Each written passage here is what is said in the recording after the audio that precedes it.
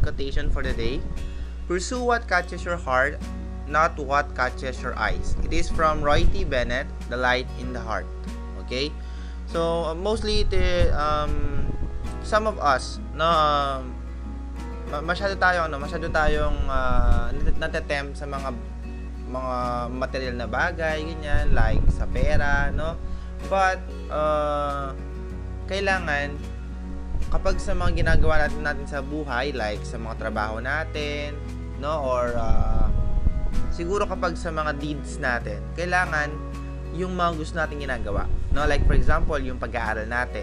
No? Dapat, nag-aaral tayo dahil gusto natin. Hindi dahil mataas yung sweldo sa course na to, no? Or sa trabaho after time nating mag-aral. So, dapat gusto natin ginagawa natin. So, that is from Roy T. Bennett, The Light in the Heart. So, our lesson for today is all about lesson 11, algorithm, flowcharts, and number system.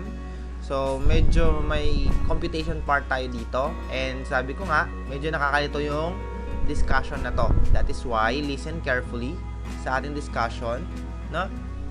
And yung ating activities na bibigay ko sa inyo is related siya doon sa previous topics natin.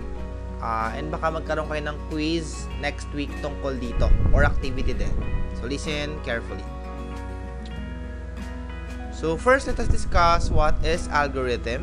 So, when we see algorithm, it is a procedure of sequence or sequences to follow in achieving an objective.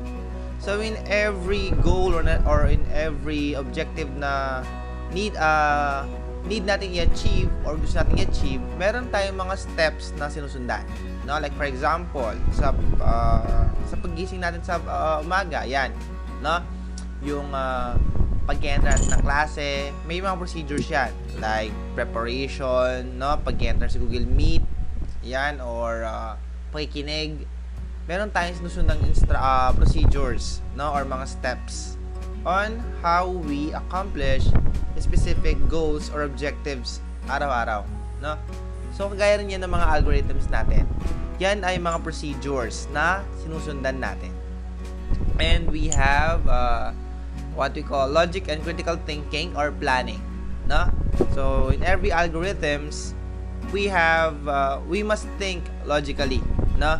We must think critically because nagdedepende tayo dito sa algorithm na to kapag gumagawa tayo ng mga flowcharts, no? That's why listen carefully, sabi ko nga sa inyo, dahil medyo mahirap yung paggawa ng flowcharts, no? Depends on the algorithm or instruction na binigay. And when we say algorithm, experience as a good factor in creating algorithms. So most of the times, no, there are algorithms na kung saan we can use them as patterns para ma-achieve natin yung specific goal natin or specific objective. Syempre, lalo na kung yung experience na yon is related siya doon sa ginagawa mo yon, no? Gaya na lang, for example, nag-aaral ka na mabuti, di ba? Dahil siguro na-motivate ka ng isang tao na nag-graduate na siya, ganyan, tapos may trabaho na siya. Parang you are using that as an example or basis, no? Yung experiences niya para sundan mo yung mga yapak niya. Yun yung sinasabi natin na mga algorithms, no? You are following step-by-step procedures to achieve a specific goal.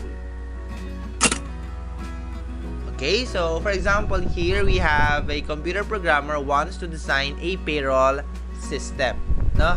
So dito, we have different steps on how can we create a payroll system. But we discussed what is a payroll system, di ba? Ito yung system that can compute the salary of employees sa isang organization or company, no? Ito yung ginagawa gamit ang isang programming software. So I discussed this in our topic, no, lesson 10 I think, dun sa computer software. So as we mentioned before, no, we have different steps in creating a for example, this is a system, no? So we have step-by-step procedures. So So, ito. So, ang ginamit na mga terms or words that connects these steps is step 1, step 2, step 3, ganyan. No? Yun ang ginamit niyang mga parang pang-connect, no? Doon sa mga bawat steps na meron tayo. So, for example, here, we have the algorithm, the step 1. Ayan, first possibility is to learn all the information needed with regard to the system from the entity that requested for that type of program, no? So, syempre, as the computer programmer, kailangan, you must first learn all of the information about a payroll system and all of the information needed or data that you will be putting in the system, in the payroll system. Example, ako, I am the programmer, no? Kung gagawin ko ng payroll system ang school natin, yung ALFU, kailangan is meron akong idea ano ang payroll system, no? And ano yung mga information na kukunin ko sa mga empleyado ng ALFU. So, yun yung mga information na pwede kong hanapin, no? Or alamin muna bago ko gawin ang payroll system. And then we have the step 2, know his own capabilities if his computer skills are sufficient enough to achieve the objective. Paki-mute ng ating microphone. Ayan. So dito, ikaw as the programmer, no? Kailangan alam mo kung kaya mong gawin yung system. Kung hindi, is you can acquire naman knowledge, or you can find codes, ayan, but syempre, meron tayong step din dito sa step 3, as suggestions and as assistance if possible, no? From other resource persons who have background on payroll systems. So, dito, kailangan natin ng if you don't know on how to, no, start yung pag-develop ng payroll system, you can ask suggestions or maybe advice doon sa mga taong naka-develop na ng payroll system. And step 4, request for logistics such as computer hardware, software, and if possible, dataware. No? Dataware if there are so many data, not bulk information na kailangan ng i-manage talaga using a dataware. But we are focusing here on the logistics. No, ibig sabihin, yung mga hardware na gagamitin mo or pwedeng yung mga softwares na i-install, no, or yung internet connection, ganyan, no, yung kape siguro kasama dito. Yun ang logistics na tinutukoy sa step 4. And step 5, show the progress of your work based on a timetable. When we say timetable, yan yung table na kung saan nakalagay yung example, yung time, yung day, yan, daytime, ano yung dapat ma-accomplish, at tapos na ba siya. Yun ang timetable, no? Ibig sabihin, if meron kang mga hindi nagawa or natapos, ayan, nakalagay din doon, no, sa timetable natin. Kaya nga timetable, table of time, nakalagay din yung time, yung date, yung task, nor action to be done, and tapos kung nagawa siya. Next, we have the step 6. If the payroll system is finished, do a pilot test. When we say pilot test, yan yung initial testing. You are testing the system if there are errors, no, that you encountered, no, while debugging the system. Now, ikaw mismo, the programmer, will testing the system if there are errors na na-encounter ka, and solve the possible glitches that were discovered kung meron ka mang nakita, no, na mga errors. Okay, and the next step 7, maintain the payroll system and study possible additional improvement to the system. If lang, no, may mga ipapa-add silang features, like for example, yung payroll system natin is biometric siya, no? So, additional na bayad yon para sa additional improvement ng payroll system. Okay, so next topic tayo, which is the part 2, the flowchart. When we say flowchart, These are organized flow of illustrations represented by different figures with altering functions. Each figures are connected by direction arrows. No? So for example, dyan we have figures, yan yung mga shapes like this hexagon, no? And this arrow or arrows. Yan yung mga component or mga figures that we are using in creating a flowchart. So these are the type of flowchart figures. Yan, na meron tayo. First is the terminal symbol. In terminal symbol, we must declare if that terminal symbol is the start or the end point of the flowchart. So every flowchart must have terminal symbols. No? Kailangan meron siyang dalawang terminal symbol, which is the end and the start. Okay? Kaya nga terminal, parang sa mga bus yan, no? Meron tayong terminal kung saan tayo sasakay at kung saan tayo bababa. Initialization naman, or the preparation symbol, it is used to symbolize the variables for the algorithm or the program. No? Here, you'll be declaring the variables with null values. No? Pwedeng null values sila or meron na nakalagay na values sa mga variables natin. Like in mathematics, we are computing the value of variables gaya ng a squared plus b squared equals c squared and find the value of c. So, ibig sabihin, meron tayong variable na c, na b, na a. No? Ibig sabihin, we are using those letters as variables as container of data na ibibigay ng mga users natin. And we have the process symbol. Is used to symbolize the process of computation in the algorithm or the programs.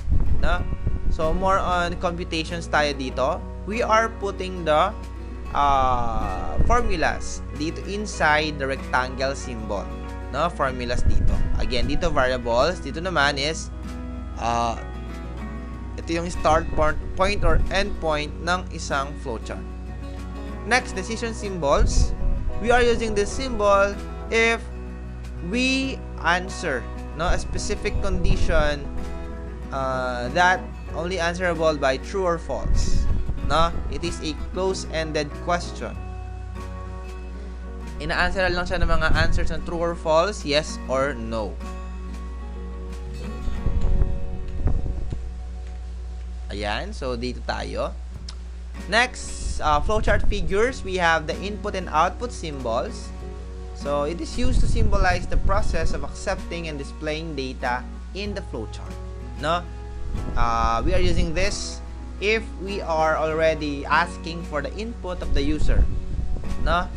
Or displaying outputs like showing text sa screen natin.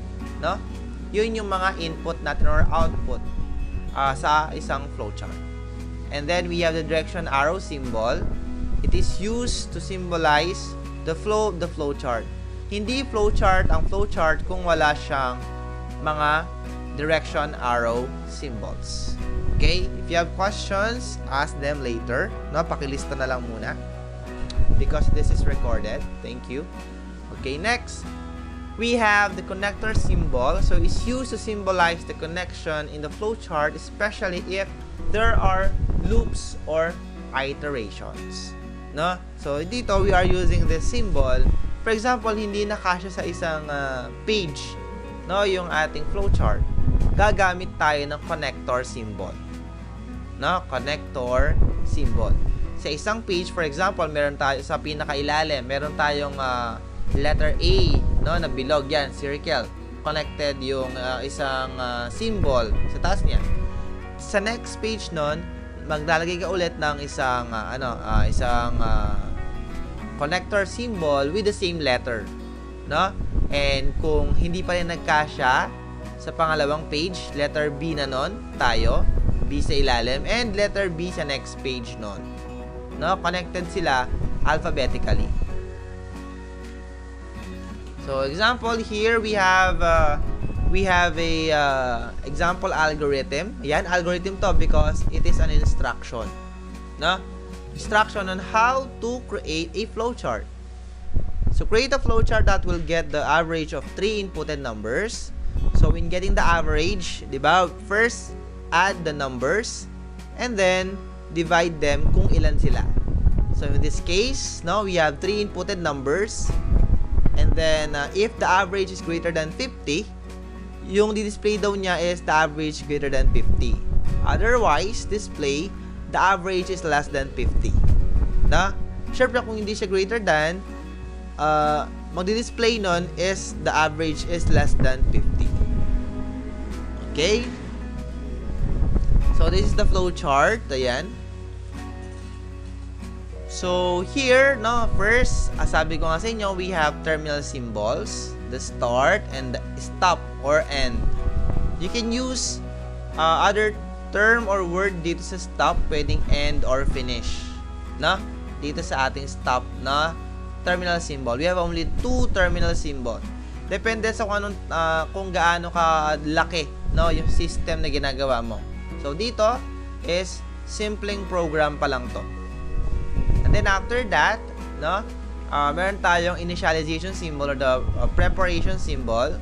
We'll be giving value doon sa num1, no, num2, num3, doon sa mga input na numbers, and variable para doon sa average natin, no? And later on, magkakaroon ng laman yung average na yon dahil ko-compute natin yung average ng tatlong nilagay na number ng user. So ayan, meron na tayong initialization or the preparation symbol, which is nakalagay dyan, no, yung mga mga variables na gagamitin natin for the whole program. So we considered 4 variables dahil first, no, 3 inputted numbers and yung ating average. 0 pa lang yung value nila dahil wala pa silang laman.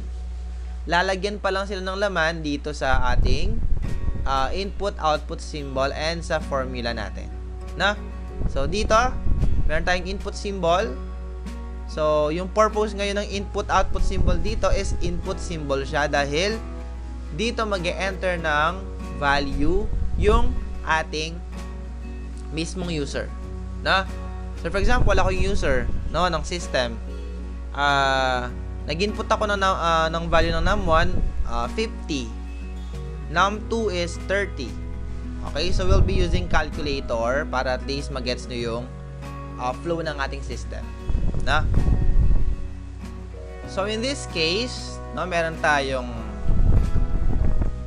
num1, num2, num3. Yan.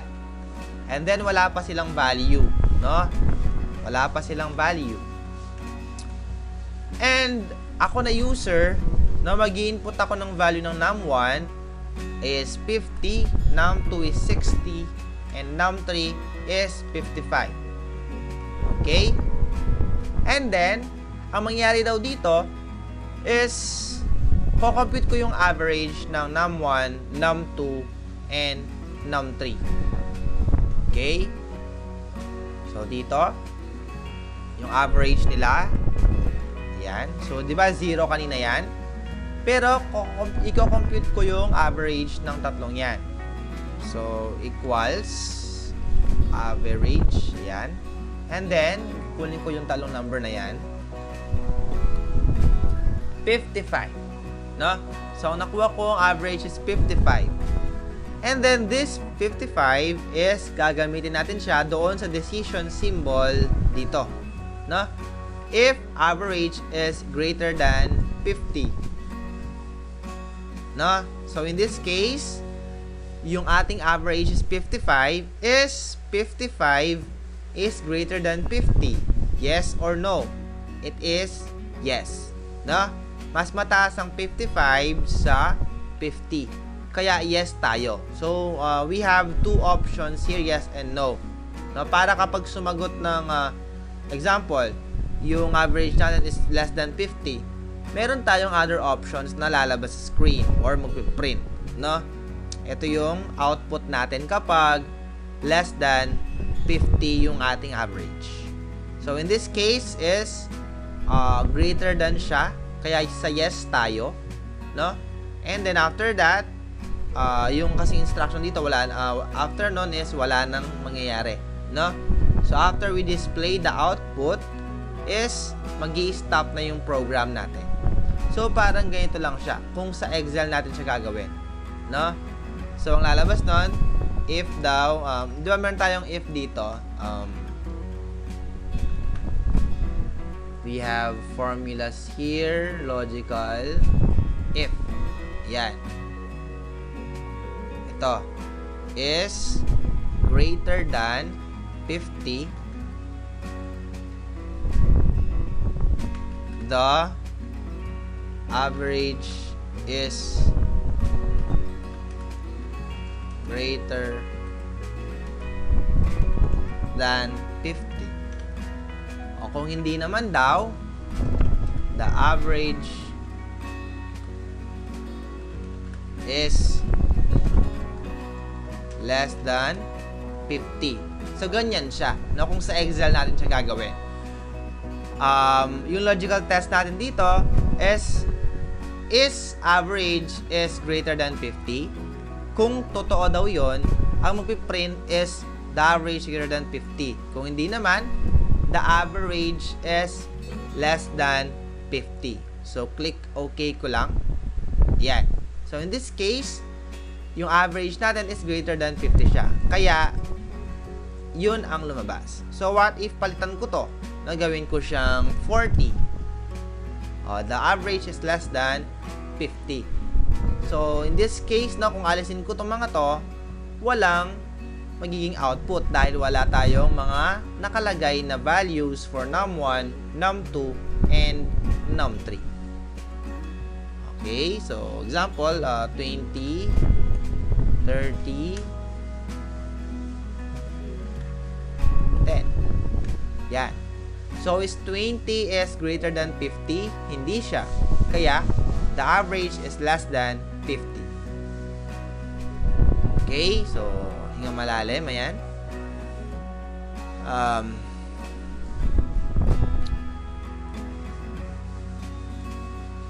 Okay, so last topic na niyan tayo. Medyo marami to, no? So, makinig kayong mabuti. Next topic is all about the number system. So, when we see number system, it is a concept about how computers works. No, for example, without number system, we cannot send informations, no, data, no, in the internet, and also it is for security purposes, no? Kasi discuss nung sa natin last topic natin, yung about doon sa encryption. Yan. The data that you are sending in the internet are encrypted. Ibig sabihin, they are converted into 1 zeros, di ba? Yun ang minention ko nung minsan. Para maprotektahan sila sa mga hackers natin, no? Or sa mga taong gustong mang-breach ng mga information na sinesend natin through the network or the internet. So it is the principle principle was influenced by computer architecture design by John Von Neumann. Yan, so we discussed already, or we mentioned John Von Neumann on our first lesson, no? Si John Von Neumann, siya yung nag-develop ng Von Neumann architecture. Okay? And siya yung nag-construct ng number system natin. Siya yung nag-develop ng principle na to. So, ayan, that is only an example of the Von Neumann architecture nung diniscuss ko, no? Pakitake note na lang to, yung ating slide na to, no? And then, we have different number system based on the radix that we have, no? It means, yun yung subscript natin, no? Mamaya papakita ko sa inyo ano yung subscript. But here, we'll be discussing first, no, what is the number system na meron tayo. So, decimal, yung base natin or radix is 10, no, yung ating subscript. At yung mga numbers na meron sa decimal is 0 to 9 lang sila, no.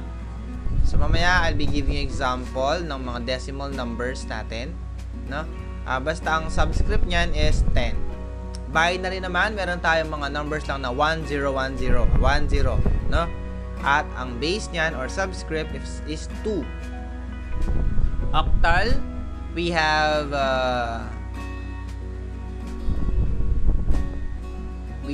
the base 8. Yan, and yung mga numbers meron sa octal is yung 0 to 7 lang. Hexadecimal naman, we have the base 16 or subscript 16, and then we have numbers 0 to F. Yung A to F, guys, meron yung corresponding value, mamaya papakita ko sa inyo, no? But syempre, meron tayong limit doon sa mga number system na ginagamit natin, kung anong number system sila. Okay?